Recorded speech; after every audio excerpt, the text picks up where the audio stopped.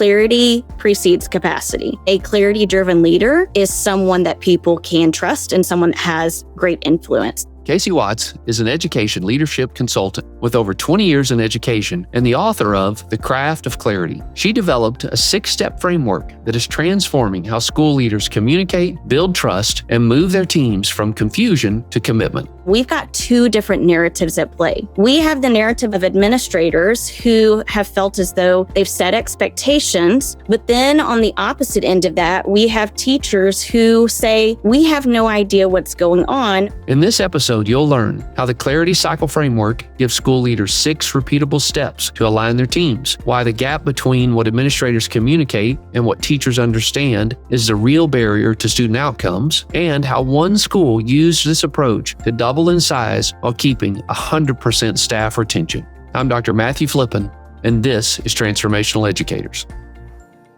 Let's start at the moment when you first recognized that something needed to change in the way strategies were being implemented. What did that look like? Where were you? Yeah, well, I can tell you exactly the moment where I recognized there is such pressure that we're feeling. And I couldn't pinpoint exactly like, where's this pressure coming from? But I remember getting through a meeting and finally recognizing, oh my goodness, we are lacking clarity. That's what's happening here.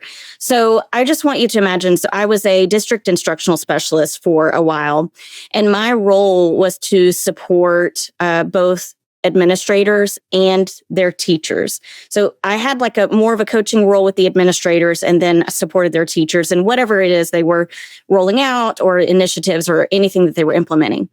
So after meeting with administrators of a primary campus, they said, we're going to send some first grade teachers over. We want them to build some common formative assessments for math so we can have more consistent and accurate data over time. So first grade teachers come into our training room in the building where I worked. They looked like they were ready, right? Like they had their teacher bags, those big ones that you felt like you could fit your entire life in. And they started pulling out their laptops and their notebooks and their cute, like Papermate colorful pens. And so from my perspective, these teachers are ready to roll. They know exactly what they're doing and how they're going to get there. So we finished the normal conversation, just checking in with each other. How's life going? And as I find a lull in the conversation, I say what I usually say. And that is, okay, well, tell me about where you want to get started and how I can support you today.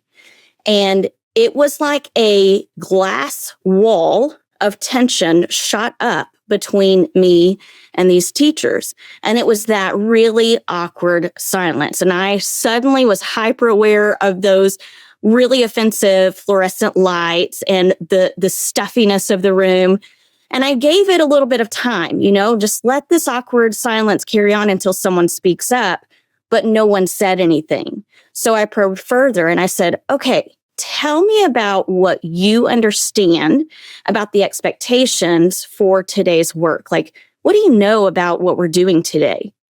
And again, there was some awkward silence. I noticed one of the teachers pulling out her phone, like, I've got a text I need to get to real quick. Or another was tapping her pen and kind of looking around like, who's going to speak up? And then there was the third teacher. There were only 3 of them there. But the third teacher, she was one of those that, and we all have these teachers on our campuses, they're going to say what everybody else is thinking. And a lot of the times we're grateful for that. And I was grateful for that in this moment. So finally she spoke up and she said, Casey, honestly, we never know what's going on. We don't know what's expected of us. We were told that we were going to come over here. You were going to give us assessments and we were supposed to implement them with fidelity. And so immediately I recognized, oh my gosh, this is where the pressure is coming from. We've got 2 different narratives at play. We have the narrative of administrators who have felt as though they've set expectations. They've told people time and again, like, this is what we are doing. This is an initiative we're working toward, or the goals. But then on the opposite end of that, we have teachers who say, we have no idea what's going on or what role we play. And as I look back over time from that moment, I recognize this in so many different situations across my career, even situations that I had myself as a classroom teacher, or situations where I was a leader getting frustrated that people were not getting on board with something. Well, what is it? Oh, we've got a gap among the adults. So how in the world are we going to bridge the gap in student learning if there's a lack of clarity? So that's really what I like to say is kind of the major origin story, and where we decided, okay, let's start to gain clarity. What does that look like? And we put a process to it. So you started to form a concept around clarity as a skill set. What did that journey look like? And when you started to test this framework that you were developing, what did you start to see happen? So one of the things that happened after that meeting, and I didn't realize it at first. So I didn't name this. We're going to go through the clarity cycle framework from that point. It was just, what is it that we are going to do so we can bridge this gap among the adults? So everybody feels more confident, more like they have the capacity to then turn around and go to classrooms and do the great work that they were hired to do. And so we paused the meeting. I said, you know what? I'm going to give you, you're here. I'm going to give you this day to focus on some other things outside of this that you feel like you need to focus on. Teachers always have things they can do, and they're grateful for the time to collaborate together because they don't get that. And I headed directly over to the campus to meet with administrators. And we just started from the very beginning. And I said, we've got to talk about what the thing is that we're wanting to do and why we're wanting them to do it. Because we were thinking about the what, we weren't thinking about the why, like what is this going to produce? And so after we did that, I said, okay, now if we know the what and the why, then how are we going to communicate that so they actually will get on board and commit versus being compliant? And so it just kind of went from there. We went through the whole process, and months later, I started implementing some of those same things that I did in that moment with teams that would come over for like PD, or if I was meeting with campus administrators, I would say, let's go through this process. And I remember getting home one day and oh my gosh, it's just so vivid. Sitting on my couch, journal in hand. I journal just about every day, just as a reflection. And I was thinking, surely people need steps for this. Like I had a teacher one time say, she was about to become an administrator, and she said, how do you get everyone on the same page? Well, I just point blank said, well, you've got to like get them around a common focus and then cast vision and script critical moves. That's kind of what I typically do. And she said, yeah, that's not going to work. That doesn't give me any details. So that's the moment I went home and I was like, what are the details? What are the steps that we've been going through? So therein lies the clarity cycle framework. And you mentioned it. Yes, I do take people through a series of steps. It is 6 steps to go through the clarity cycle framework, but these 6 steps are truly leadership habits that we're building, like clarity-driven leadership habits. We break it down into 3 big components. It's define the destination, transfer ownership, and then sustain progress or sustain the shift. So if we break that down even further, it goes into 6 steps. So we want to determine an area of focus. That's our big umbrella. That's the one thing we're focused on this campus or in this district. Then we look at that area of focus and we analyze it so we can create just 1 or 2 goals that are going to help us to reach that overarching focus. But then we go into gaining insight from stakeholders. This is where we start to transfer ownership. So they own it, and we as administrators don't own it on our own shoulders. After we gain insight from our people, we start to cast vision and script critical moves so they know where we're headed and how we're going to get there. And then finally, the last 2 steps. One is providing feedback regularly and celebrating systematically. And the final step is calibrating to sustain progress. In other words, how are we going to, as leaders, intentionally set aside time across the school year to go back into these other steps? Because remember, they are habits that we're building.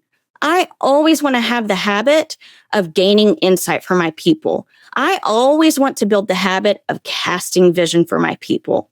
So those were the 6 steps that I developed. And then I took that and started implementing it, like I said, with other teams, with other campuses in the district. And then it spread to other schools outside of my district. I think about, transformational leaders that we have captured their stories.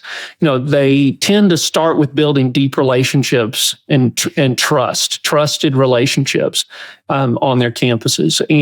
And I think about that as the foundation, so that when you step into really seeking input and insights, right, and trying to set a common vision and have this collaborative kind of discussion, you gotta have trusted relationships to even walk into that kind of conversation. Yeah, so I want to stop there and talk about that for a second, because it kind of reminds me about, which came first, the chicken or the egg. Well, it's kind of a back and forth. Like, I want to gain clarity for myself as leader, but I want to create it for my people so that I can build trust.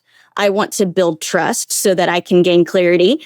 And then it just continues in that cycle, It's totally reinforcing, Luke, because asking for input and asking for insight is one of the steps of building trust. And so I can imagine, as you repeat this framework in cycles, your level of rapport and trust deepens and deepens. And in some ways, the process probably speeds up, not infinitely, but definitely in the way your team can attack new strategies going forward as clarity becomes a practice, common practice. Is that what you've seen? Absolutely. In fact, when I work with districts, the campuses that have the most success are those where, when I walk on campus, I typically will do a campus analysis visit. And one of the things I get to do there is interview teachers. And when I pull them in, my first question is, if someone was to come to you and ask about what your campus is focused on this year, what might you say? Well, those schools that have gained insight regularly and have cast vision, their people are able to confidently say, well, we're focused on this, and this is how we're doing it. They know, the teachers know, they own it. So yeah, walk me through an example of a school that you visited. Maybe change the names to protect the innocent, but one that you walked into and you found that clarity was really broken, and that it connected to outcomes that were less than desired. Oh, I wish I didn't have any of these examples, but I do, and it's the whole reason we do the work, right? So a key indicator that clarity is missing is typically when, number one, I'm working with, it could go 2 ways. I'm working with an instructional leadership team who's chosen to go through like the clarity cycle framework. And when we start, we always have an area of focus, right? And it's fairly broad. It's typically attached to their campus improvement plan in some way. But they struggle to analyze that area of focus, and it continuously changes, and they can't decide what to land on. So that's an indicator, number one. We're lacking clarity, but it means that we're not able to use our data effectively or analyze our data to decide what truly is going to move the needle. We look at sometimes superficial data, or we look at one layer of data. Whereas when I'm working with instructional leadership teams who are looking at like triangulated data, they're looking at qualitative and quantitative, and it all points to one primary area of focus, they're going to be able to hit the ground running. So I'm working with this instructional leadership team, and it's so evident they're struggling to identify an area of focus. We go through 2 full days of PD. In the school year, I go for a campus analysis visit, the first campus analysis visit, and they still are struggling to identify what their area of focus is. They think they have an idea, but they're not quite sure. Well, come to find out, they had never gone to their teachers to gain insight. And that was really evident when I met with teachers for teacher interviews. And I said, tell me about what your area of focus is. I got every answer you could imagine, except for what the instructional leadership team was thinking about focusing on. And it went as far as some people saying, we have a different focus every single year. And so I just kind of do what I usually do. I mean, I've been here forever. And so everything I do works for me. I don't know what's happening in other people's classrooms. So you can see those disconnected pieces where we're kind of functioning as a group of people who are co-working, coexisting, but there's not really any collaboration going on. We are coming to school to survive. Yes, right. And I think about how do you move the outcomes for children that you want to see improve when everyone's going their own direction, their own strategy? You're not going to get that movement. So obviously, I would think that in that scenario, outcomes are not improving. So walk me through the different case, right? And maybe it takes some time to progress there. And hopefully this one that you're telling me about improved as they got more time with you. Yes, they did improve. So they finally determined an area of focus. After the campus analysis visits, I sit down and have a very frank conversation with instructional leadership teams, and we make a plan moving forward. Because really, that's the beauty of the Clarity Cycle framework. It's not a one and done. Like, we are continuously going through those different pieces of it. And so they just kind of reset and moved forward. The second time I did a campus analysis visit, oh my goodness, I get chills thinking about it. But number one, the teachers knew what to expect when we did teacher interviews.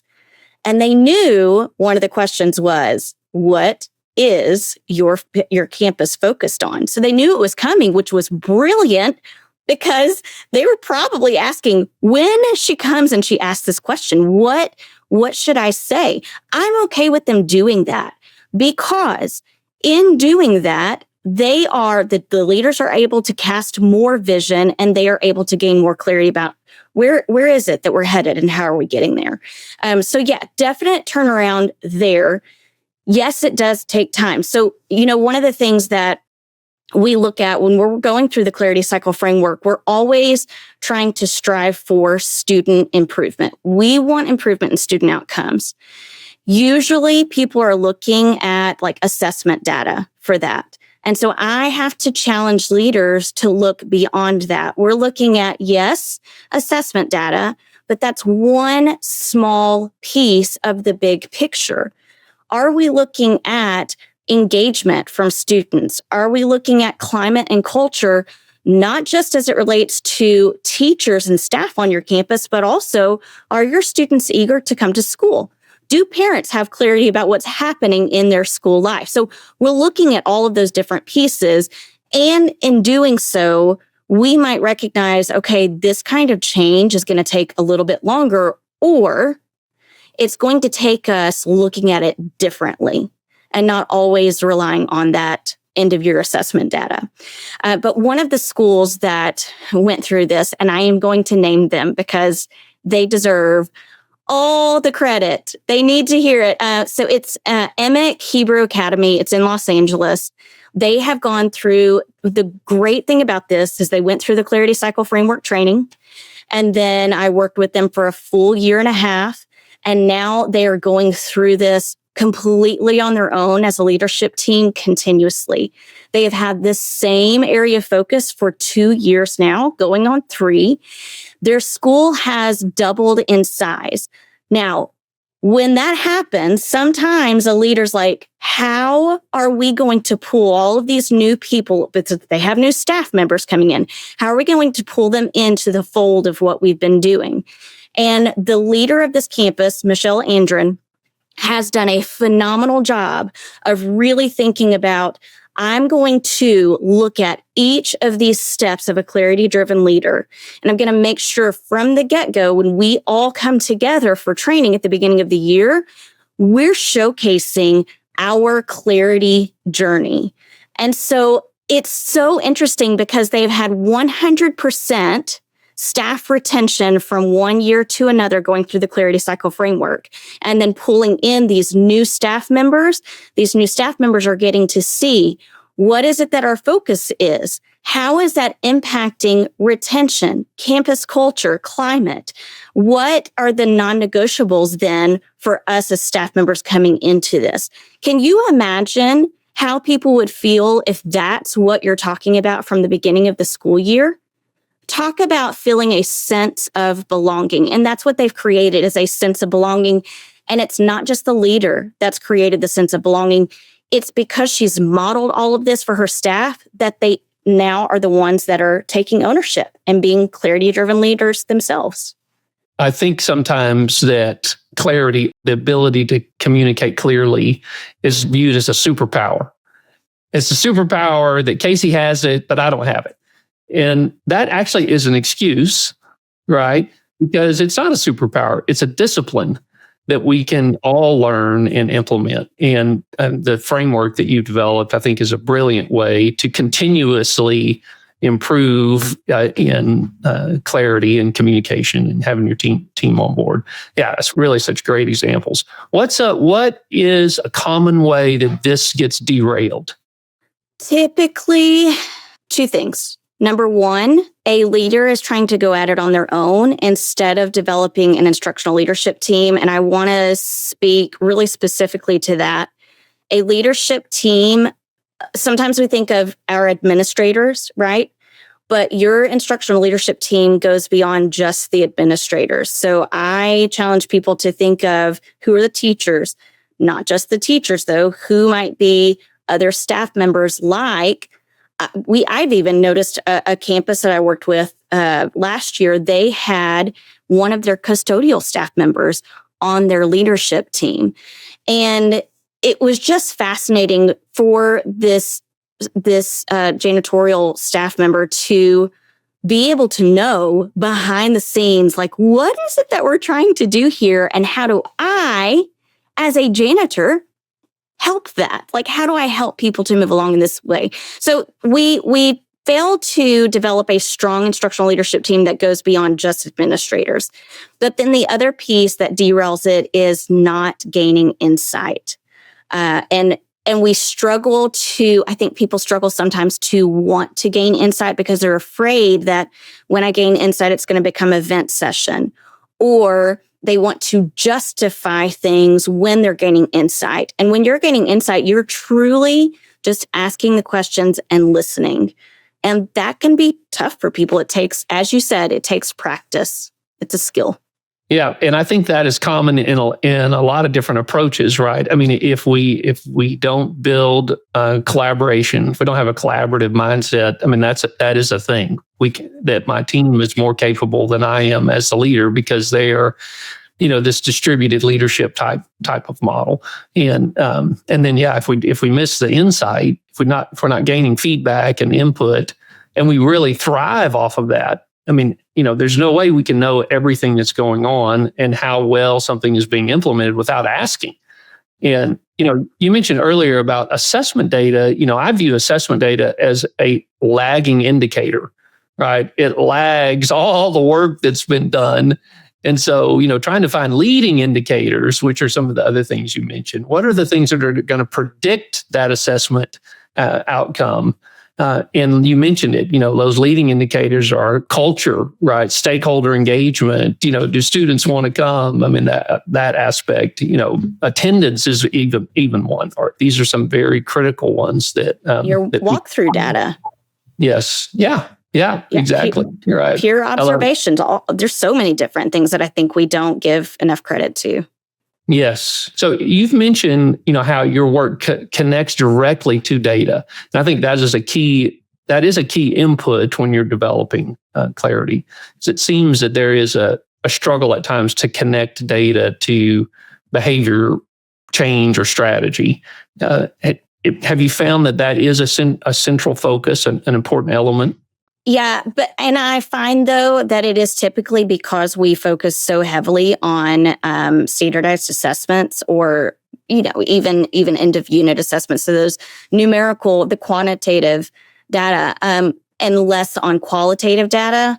But there's so much that qualitative data can show us, and really even quantitative. Like we just have to look at it more intentionally than what we're accustomed to looking at it. So I just want you to imagine when we have teachers or even administrators lay out numbers, we typically are drawn, or it could be that it's been the practice that we've always observed.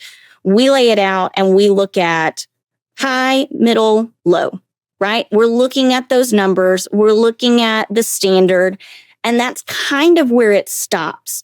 But we've got to take it to that next level, and that's the why level. And very few people actually get there. And sometimes it's because of lack of time. And sometimes it's because we just don't have the protocols or the coaching to be able, like someone facilitating that conversation for it to be as effective as it could be. So yeah, I think that's where the connection is challenging. That makes perfect sense. And it's important to recognize time is so limited and so precious in trying to accomplish everything you need to and focus on clearly communicating, developing clarity. I mean, in some ways, I can see that it is a challenge for a leader who hasn't gone through this to say, I don't have time for that, right? Because it is some front end heavy work. It takes time to listen and get input. That takes an enormous amount of time. But the consequence for that seems like what you're trying to get accomplished won't happen if you haven't laid the groundwork and built the collaboration. Yeah, you'll continue to spin your wheels and see the same problems again and again and again. And I think that's often where we start to fall into burnout mode is, oh my gosh, this is the same problem that we were solving last year and the year before. And if you'll notice, a lot of the times those campus improvement plans, they don't really change that much. It's the same verbiage again and again, making our campus improvement plans feel like just a checklist. And it never goes further than the binder or the document that it's in. Sure. No, that makes sense. So this time of year, when we're looking forward to another August coming up, seems like a good time for leaders to invest in understanding this framework, how to collaborate, to develop plans going forward. How can our listeners follow your work, Casey, and connect to really deepen their own education in this? Yeah. So 2 things. Well, number one, I want to say of everything that you've heard in this episode today, listeners, I hope that the one thing that you gain is that clarity precedes capacity. So regardless of whether you follow my work or you take on the clarity cycle framework, just know that a clarity-driven leader is someone that people can trust and someone that has great influence. So I want to say that first. And then if you want to know more about how the craft of clarity can make a significant impact on your people, but also on your personal life, you can go to catchingupwithcasey.com. You will see all of the ways to gain clarity with me there. Fantastic. So, and some of those are, Casey's written a wonderful book on the craft of clarity. She's got a new book that's hopefully going to come out sometime later this year. She hosts a very insightful podcast as well. So I encourage everyone to listen to that as well. Casey, I really do appreciate you taking time to talk to us about clarity and the importance of this from a leadership standpoint. I would go so far to say, if you're not developing clarity, you're spinning your wheels, I think is the way that you said it. And ultimately, developing this practice is what's best for your team and for the children that you serve. So thank you again for being part of this. It's great to have you on the show today. So if you've found today's episode valuable, please share it with a colleague or an educator that would benefit. And if you haven't already, please follow Transformational Educators so you never miss an episode. And keep leading with purpose and transforming schools into places where everyone thrives. If today's conversation gave you fresh insight or inspired you to lead with purpose, please follow the show and tell a friend. It helps us reach more educators who want to make a difference. For more stories, resources, and tools to support your leadership journey, visit graceland.edu. Until next time, keep leading with courage and care. If you want to keep learning about transformational strategies in education, click the next video.